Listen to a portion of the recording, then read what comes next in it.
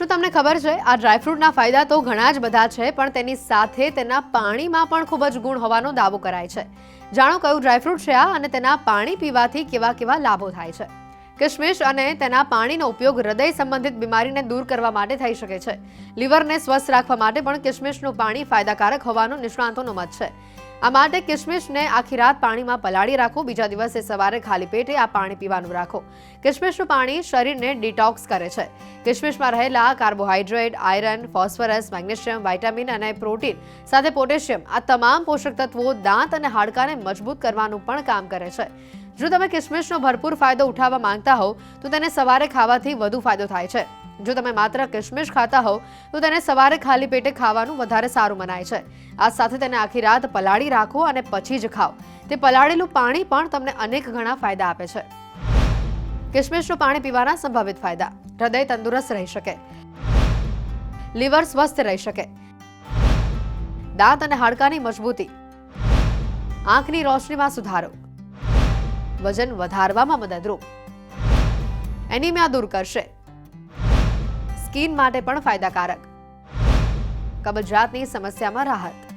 કિશમિશનું પાણી સ્વાસ્થ્ય માટે ખૂબ જ ફાયદાકારક છે. તે પેટ સાફ કરે છે, હાડકાને મજબૂત કરે છે, હાર્ટના હેલ્થ માટે પણ તે ફાયદાકારક છે. પોષણથી ભરપૂર કિશમિશમાં કાર્બોહાઈડ્રેટ, ફાઇબર, ખાંડ, આયરન, પોટેશિયમ, વિટામિન B6 અને મેગ્નેશિયમ જેવા પોષક તત્વો જોવા મળે છે. તેથી કિશમિશને ડાયટમાં સામેલ કરવું જોઈએ. કિશમિશનું પાણી કબજિયાતની સમસ્યામાં રાહત અપાવે છે. મોટાભાગના લોકો કબજિયાતની સમસ્યાથી પરેશાન રહે છે. જો તમને કબજિયાત હોય તો તમે દરરોજ સવારે ખાલી પેટે કિશમિશનું પાણી પી શકો છો. ડ્રાયફ્રૂટ્સમાં વિટામિન અને મિનરલ્સ ભરપૂર માત્રામાં હોય છે. કિશમિશ પણ સ્વાસ્થ્ય માટે ખૂબ જ ફાયદાકારક મનાય છે. કિશમિશના સેવનથી શરીરમાં ઉર્જા જળવાઈ રહે છે. આવી સ્થિતિમાં બાળકો અને મહિલાઓને રોજ કિશમિશ ખાવાનું કહેવામાં આવે છે. કિશમિશનું પાણી પણ સ્વાસ્થ્યને ગજબના ફાયદા આપે છે. જો દરરોજ કિશમિશના પાણીનું સેવન કરશો તો અનેક બીમારીઓથી તમે દૂર રહેશો. પરંતુ એક વાત તમે ચોક્કસથી ધ્યાન રાખો કે દરેક વ્યક્તિના શરીરની તાસીર અલગ અલગ હોય છે.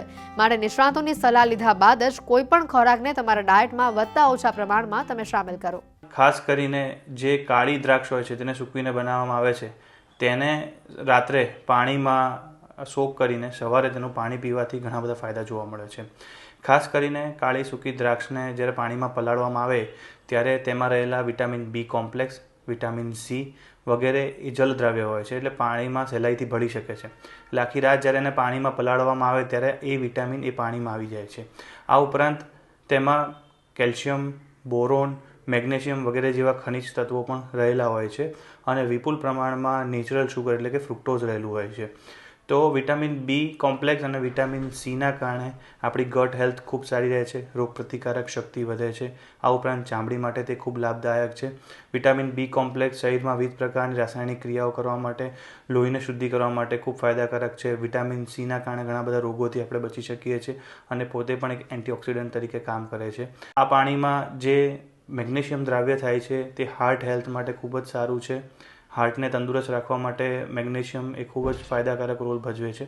આ ઉપરાંત કેલ્શિયમ અને બોરોન પણ આ પાણીમાંથી આપણને મળે છે, જે આપણા દાંત માટે, આપણા હાડકાં માટે ખૂબ જ ફાયદાકારક છે. સ્ત્રીઓને માસિક ધર્મમાં થતા દુખાવામાં પણ ખૂબ રાહત આપે છે.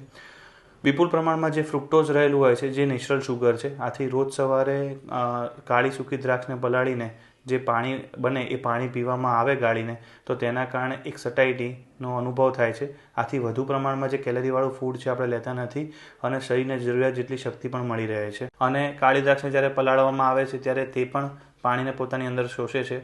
જે 5 થી 6 દાણા જે દ્રાક્ષ આપણે પાણીમાં ઉમેરેલી હોય તેને પણ જો ખાવામાં આવે તો તે પણ ખૂબ ફાયદાકારક છે.